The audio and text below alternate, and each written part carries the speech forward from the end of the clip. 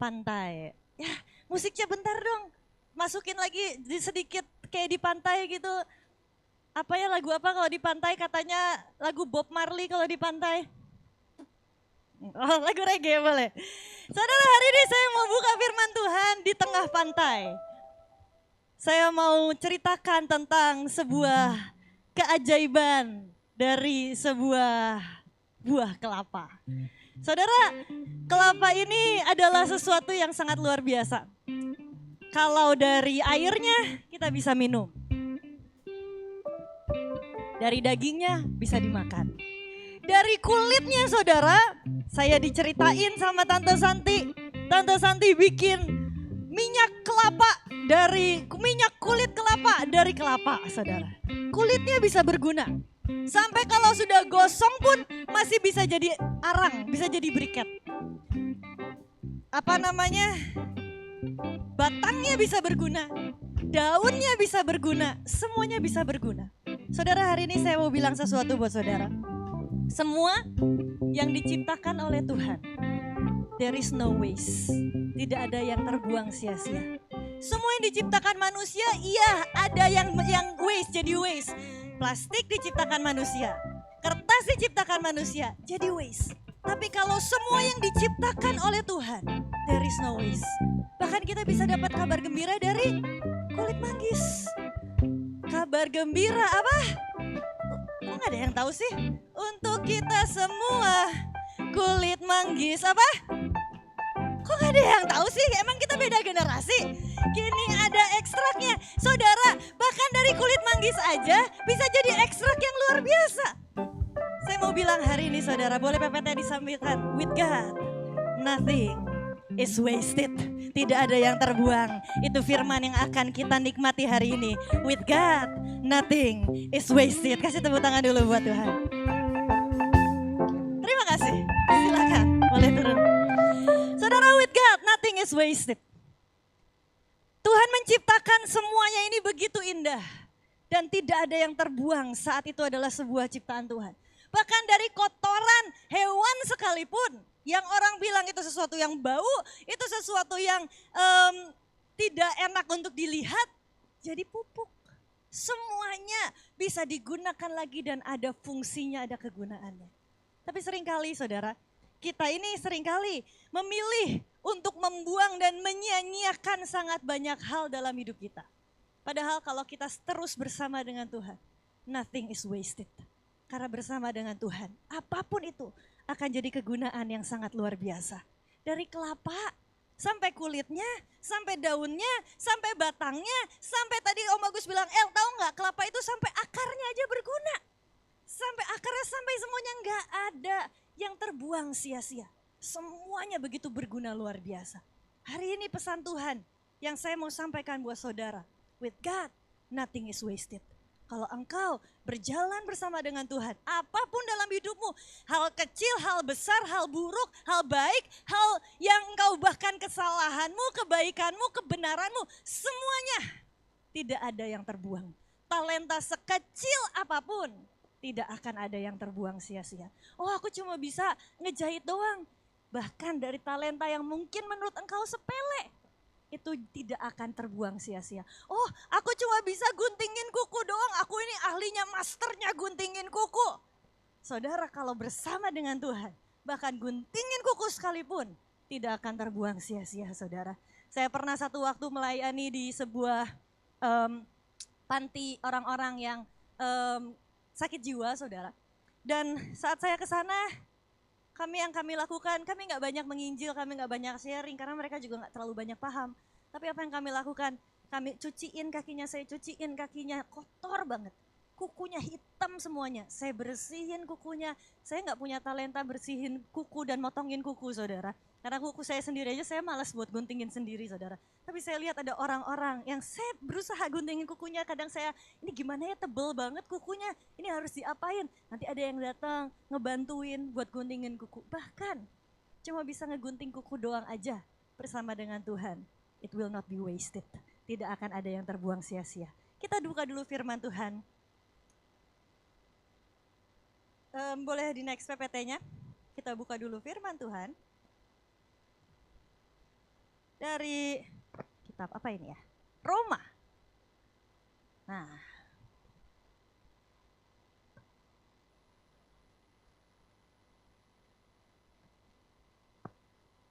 kitab Roma ayat 8 sampai 28.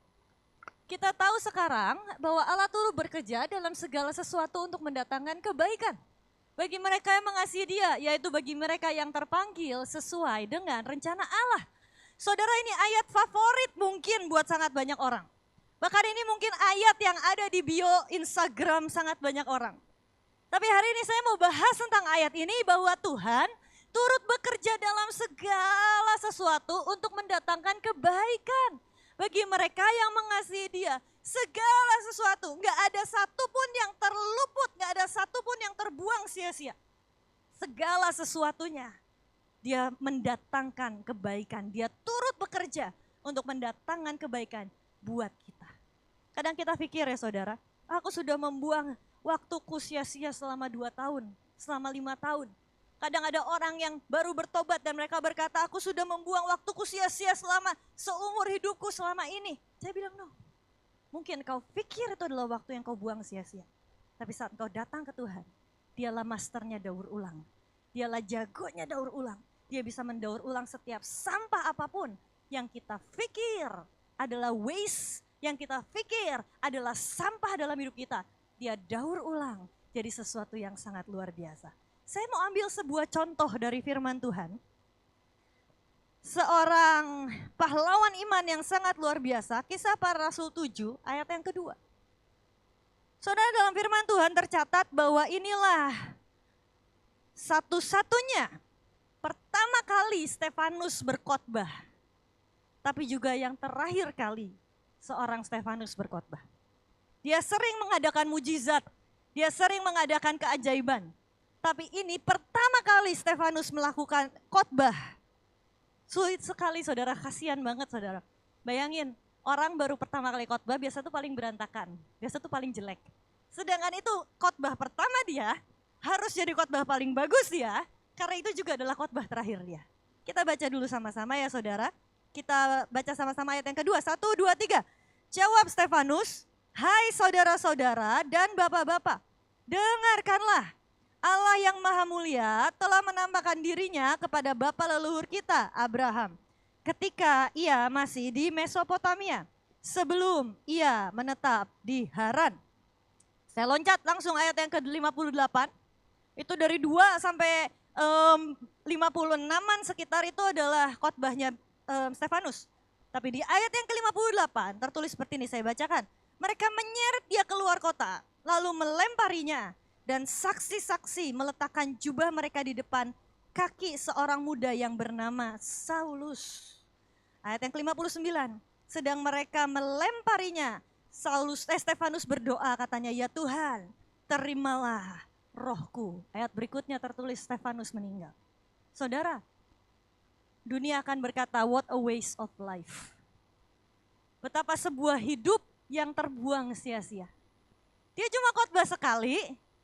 Setelah khotbah pertamanya, itu juga khotbah pertamanya, khotbah satu-satunya dalam hidupnya yang membuat dia dilempari batu, disesah habis-habisan, dipersekusi, dan akhirnya meninggal. Khotbahnya cuma sekali, meninggal, dan orang akan berkata, what a waste of life. Betapa sebuah hidup yang disia-siakan hanya karena dia berdiri di atas kebenaran, hanya karena dia berdiri memperjuangkan kebenaran, hanya karena dia berdiri untuk tetap memproklamirkan nama Yesus. Tapi hari itu yang mereka nggak tahu, hidup yang katanya adalah sebuah hidup yang sia-sia. Tapi di situ tertulis saudara, tadi di ayatnya yang ke-58, di depan laki seorang muda yang bernama Saulus, yang kelak nantinya menjadi seorang Paulus, yang menjadi seorang rasul terhebat sepanjang sejarah, menjadi seorang rasul paling bersejarah di dunia ini yang memberitakan Injil tanpa gentar, tanpa takut. Benih itu datang dari seorang martir pertama bernama Stefanus yang disiksa, dibunuh, habis meninggal. Orang bilang what a waste of life. Tapi orang nggak tahu habis itu setelah meninggalnya Stefanus, muncullah sang Saulus yang menjadi seorang Paulus yang meneruskan apa yang sudah dikerjakan oleh Stefanus lebih dahsyat lagi. Kadang kita berpikir saat kita berdiri di atas kebenaran, ada banyak hal yang harus kita korbankan. Saat kita berdiri di tempat yang benar, saat kita memperjuangkan kebenaran, kadang memang ada hal-hal yang mungkin harus kita korbankan. Tapi saya mau bilang hari ini, everything yang kau kira adalah sebuah korban yang wasted, yang begitu sia-sia, ternyata di hadapan Tuhan, there is nothing wasted. Sebuah kehidupan, Stefanus Tuhan berkata, sabar. Itu seperti sebuah buah kelapa yang lagi ditanam dan jadi sebuah pohon bernama Paulus yang lebih dahsyat lagi, yang berbuah lebih banyak lagi. Tadinya cuma satu buah kelapa, jadi satu pohon kelapa, jadi satu pohon kelapa yang berbuah sangat lebat dan sangat banyak.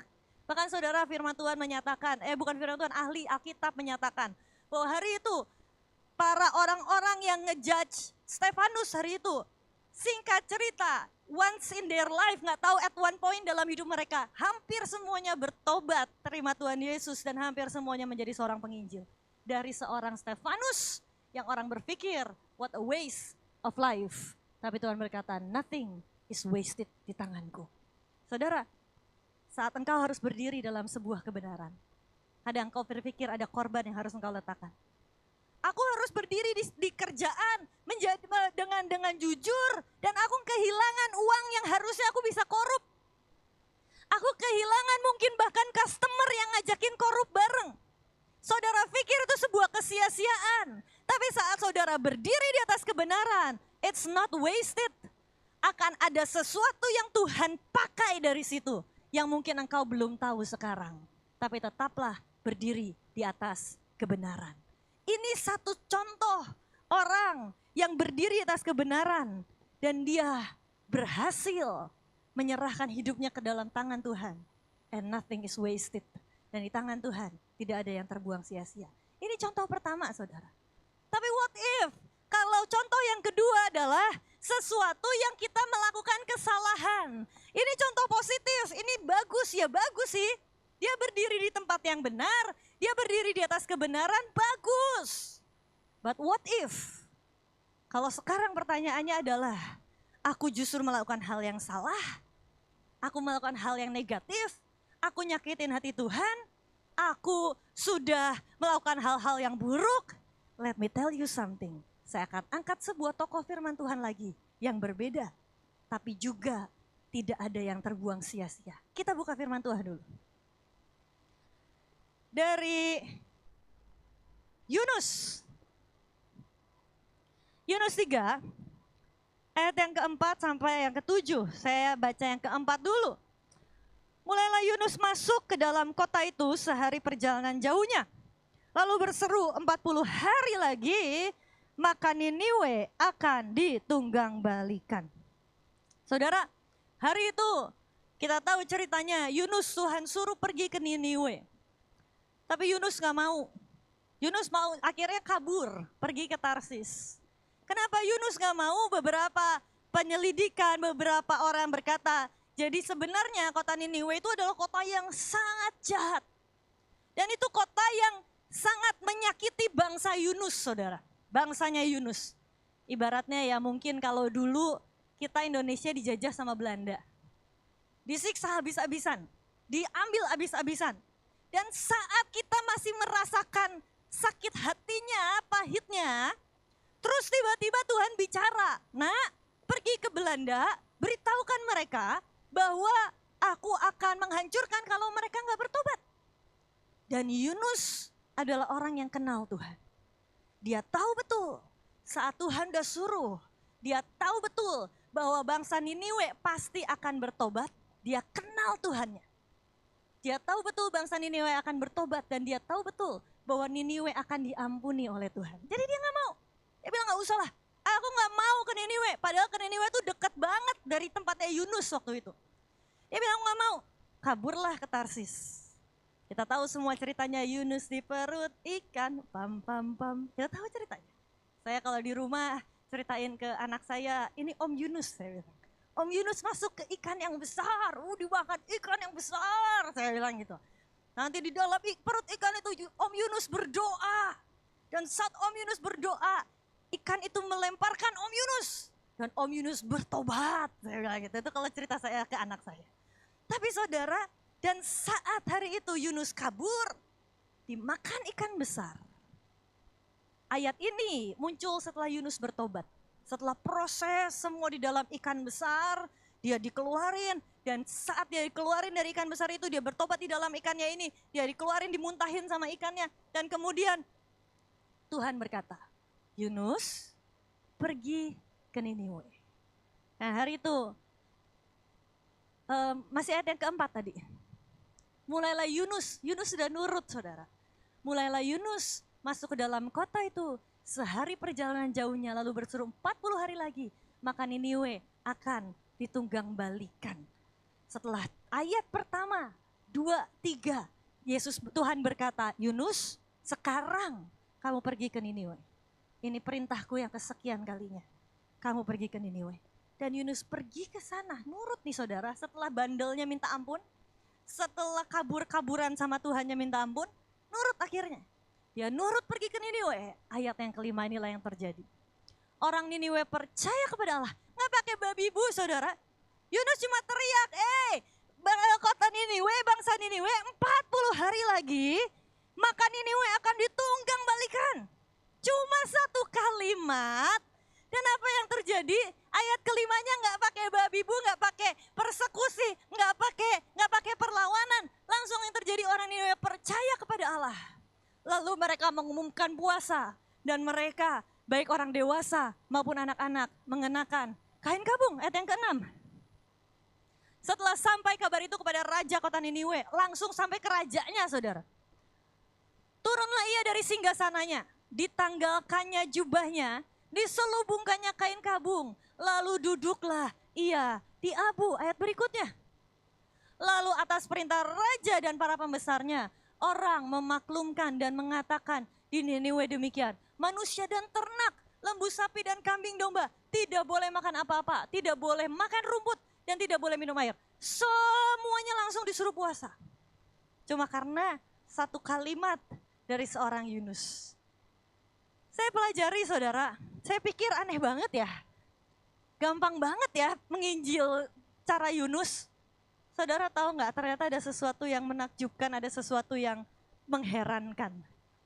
Jadi kenapa hari itu Yunus bisa semudah itu memberitakan Injil, memberitakan pertobatan, dan mereka langsung bertobat tanpa babi bu, tanpa ada perlawanan, tanpa ada sedikit pun pertanyaan. Dia langsung bertobat, langsung sampai ke raja, ke tingkat paling atas. Semua ternaknya harus bertobat, harus puasa semuanya. Karena ternyata saudara, jadi ternyata hari itu bangsa Niniwe itu adalah pemuja dewa ikan, saudara. Bangsa Niniwe itu adalah pemuja dewa ikan. Dewa Dagon atau apa saya lupa. Dan saat mereka melihat Yunus keluar dari mulut ikan. Mereka lihat ini adalah titisan dewa. Ini adalah titisan dewa dari dewanya mereka. Keluarlah Yunus dari situ, belum keluar. Dan mereka bilang apapun yang dikatakan oleh Yunus, kita ikut karena dia adalah dewa kita. Saudara, bayangin ya, kebandelan Yunus, kabur-kaburan dari Tuhan. Tapi saat dia bertobat dengan Tuhan, bahkan kesalahannya pun Tuhan daur ulang. Tuhan jadikan sesuatu yang Tuhan bisa pakai luar biasa. Saudara, itulah dengan Tuhan. Saudara bayangin, sekali lagi saya ulang ya saudara. Tadi contoh Stefanus, itu yang hebat. Itu yang hebat, yang benar-benar lurus sama Tuhan. Wah, luar biasa sama Tuhan. Terus pertanyaannya, what if? Kalau kita yang masih bandel, yang masih nakal, yang masih kabur-kaburan dari Tuhan. Let me tell you something. Bahkan kegagalan kita, kesalahan kita pun, Yunus nakalnya minta ampun, bandelnya minta ampun, kabur dari Tuhan. Sampai di tengah badai besar di tengah kapal, dia kabur dari Tuhan. Dibuang ke air, dibuang ke laut. Tapi sekali lagi buat Tuhan. Menurut saya ya, saat Yunus dibuang ke laut, Tuhan mikir putar otak. Ini gimana ya? Ini anakku bandel banget nih. Kita cari dalam tanda kutip hukuman, dalam tanda kutip proses yang nantinya akan bisa berguna buat masa depannya. Yang nantinya proses ini akan jadi sesuatu yang berharga buat masa depannya. Masukin aja ke mulut ikan. Saudara, kalau misalnya nggak masukin mulut ikan sebenarnya bisa kan? Dibuat terdampar kayak di laut kayak. Kok bisa-bisanya masuk mulut ikan? Karena bersama dengan Tuhan, bahkan hukuman sekalipun, bahkan hal yang menyakitkan sekalipun, Tuhan cari cara, Tuhan ikut campur, Tuhan rekayasa, Tuhan mereka-rekakan semuanya untuk jadi kebaikan bagi mereka yang mengasihi Dia. Bahkan hal yang kita salah sekalipun, saudara, bersama dengan Tuhan, Tuhan bisa daur ulang itu, Tuhan bisa gunakan itu jadi sesuatu yang memuliakan nama Tuhan, jadi sesuatu yang berharga. Saat Yunus keluar dari ikan, satu bangsa yang menyembah dewa ikan, mereka berkata ini adalah dewa kita. Mereka berkata ini Yunus adalah dewa yang kita sembah. Datanglah Yunus, eng, bertobatlah karena Tuhan akan tunggang balikan kota Niniwe ini. Ya siap, semuanya bertobat. Karena keluar dari mulut ikan, saudara. Saudara, hari ini saya mau bilang, kadang kita berpikir, aku sudah melakukan kesalahan yang terlalu besar. Aku sudah melakukan hal yang terlalu menyakiti hati Tuhan. But let me tell you something, saat engkau datang ke Tuhan dengan sebuah pertobatan, bahkan kesalahanmu sekalipun, Tuhan akan jadikan itu untuk kemuliaan nama Tuhan. Bahkan hal yang engkau anggap sebuah mistake terbesar, bahkan hal yang kau anggap sebuah aib terbesar dalam hidupmu, Tuhan akan ubah itu. Tuhan akan jadikan itu sesuatu yang berharga dan sesuatu yang bernilai sangat luar biasa buat Tuhan. Manusia bisa berkata, gak ada artinya lah, itu cuma hukuman buat kamu. Gak ada artinya lah, makanya kamu jangan kayak gitu, makanya kamu jadi bangkrut kan, itu hukuman buat kamu. Dunia berkata itu hukuman yang sia-sia. Tuhan berkata, even dari bangkrutmu sekalipun, aku akan jadikan itu sebuah cerita yang sangat luar biasa. Aku akan jadikan itu sebuah story yang sangat luar biasa. Nothing is wasted bersama dengan Tuhan. Di tangan Tuhan, nothing is wasted. Saudara, kadang kita berpikir ya, Tuhan, tapi aku cuma tinggal, airnya udah habis nih Tuhan. Semua yang baik dalam hidupku, mungkin udah aku berikan di masa mudaku untuk hal yang tidak berguna. Tinggal sisanya kulitnya doang Tuhan. Tinggal sisanya kulit yang udah gosong Tuhan. Tuhan kira it's okay, give it to me. Masih bisa dijadiin arang, jadiin briket. Dan Tuhan masih bisa ekspor kita jadi barang yang mahal. Kadang kita bilang Tuhan, tapi tinggal sisa serabutnya Tuhan. Tuhan bilang it's okay, aku masih bisa pakai. Tinggal sisa daunnya Tuhan, karena aku udah terlalu banyak melakukan kesalahan. Nih loh Tuhan, daun yang udah gak berguna. Tuhan bilang kasih ke aku. Masih bisa jadi bungkus tipat kata Tuhan. Masih bisa jadi bungkus lontong kata Tuhan. Semuanya masih bisa berguna di tangan Tuhan. Pertanyaannya adalah apakah engkau berikan semua yang ada dalam hidupmu? The good and the bad. The success and the failure. Keberhasilan dan kegagalan, semuanya berikan ke tangan Tuhan. Dialah ahlinya daur ulang. Dialah ahlinya yang mengubah semuanya dalam hidup kita jadi sesuatu yang berharga. Saudara boleh di next PPT-nya saudara. Saudara ada sebuah cerita dari next. Saudara tahu ini adalah super glue. Saudara tahu super glue? Super glue ini saya ceritakan sejarahnya ya saudara. Penemuan super glue oleh Dr. Harry Cooper terjadi karena kesalahan ketika ia mencoba membuat plastik transparan untuk digunakan di dalam periskop dan menemukan bahwa bahan tersebut justru memiliki sifat adesi yang sangat kuat. Jadi super glue ini tertemukan justru dari sebuah kesalahan. Ditemukan justru dari sebuah mistake. Tadinya nyarinya mau bikin yang lain, tapi malah jadi super glue yang sampai hari ini jadi sangat berguna. Kebalikannya saudara, boleh di next. Ada post-it note. Saudara tahu post-it note? Penemuan positot itu terjadi oleh Spencer Silver dan Art Fry. Terjadi karena kesalahan dalam pengembangan lem yang kuat, kebalikannya. Yang tadi bikin lem terlalu kuat, jadi super glue. Yang ini kepengen bikin lem kuat, pengen bikin lem yang kuat banget. Malah nggak bisa. Kesalahan dalam pengembangan lem yang kuat yang ternyata menjadi lem yang sangat lemah.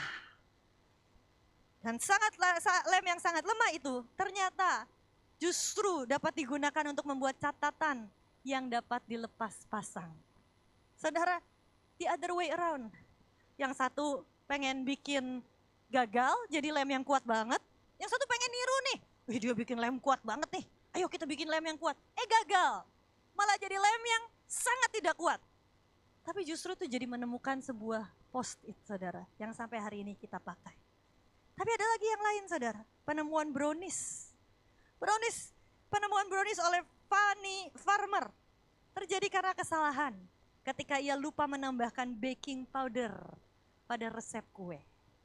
Saudara, every mistake have an opportunity. Setiap kesalahan pun layak mendapatkan sebuah kesempatan. Saat engkau melakukan sebuah kesalahan dalam bentuk apapun, serahkan kesalahan itu ke tangan Tuhan. Tapi ini sebuah kesalahan, ini cuma tinggal kulitnya doang, it's okay. Kasih ke tangan Tuhan. Bisa jadi minyak yang memberkati dan berharga buat banyak orang. Tapi itu sebuah daunnya doang yang udah gak berguna, akarnya doang, batangnya doang yang udah gak berguna. Tuhan bilang it's okay. Semuanya akan jadi berguna di tangan Tuhan, amin. Because nothing is wasted di tangan Tuhan. Engkau lakukan yang benar, Tuhan pakai dengan senang hati. Engkau bandel sekalipun, bukan berarti saudara boleh bandel ya saudara, tapi masa lalu saudara yang bandel sekalipun, Tuhan bisa pakai itu jadi sesuatu yang luar biasa. Karena dialah Allah Maha Kuasa. Dialah Allah El Shaddai, Allah Maha Kuasa yang sangat berkuasa mengubahkan semua yang sampah di mata dunia. Semua yang sudah tidak ada gunanya di mata dunia. Di mata Tuhan, itu adalah sesuatu yang Tuhan berkata, it's very precious. Ada nilai yang sangat tidak ternilai, yang mungkin tidak dilihat oleh manusia. Seperti sebuah kelapa. Next time, saudara merasa hidupmu tidak berguna. Next time, saudara merasa sudah menyia-nyiakan waktumu begitu lama. Minum kelapa di pantai, saudara. Lihat kelapanya, tatap baik-baik kelapanya. Dan berkata, kalau kamu aja bisa berguna dan semuanya bisa berfungsi dengan baik, hidupku juga akan bisa berguna dengan sangat luar biasa. Mari bangkit berdiri sama-sama, kita mau nyanyikan lagu El Shaddai.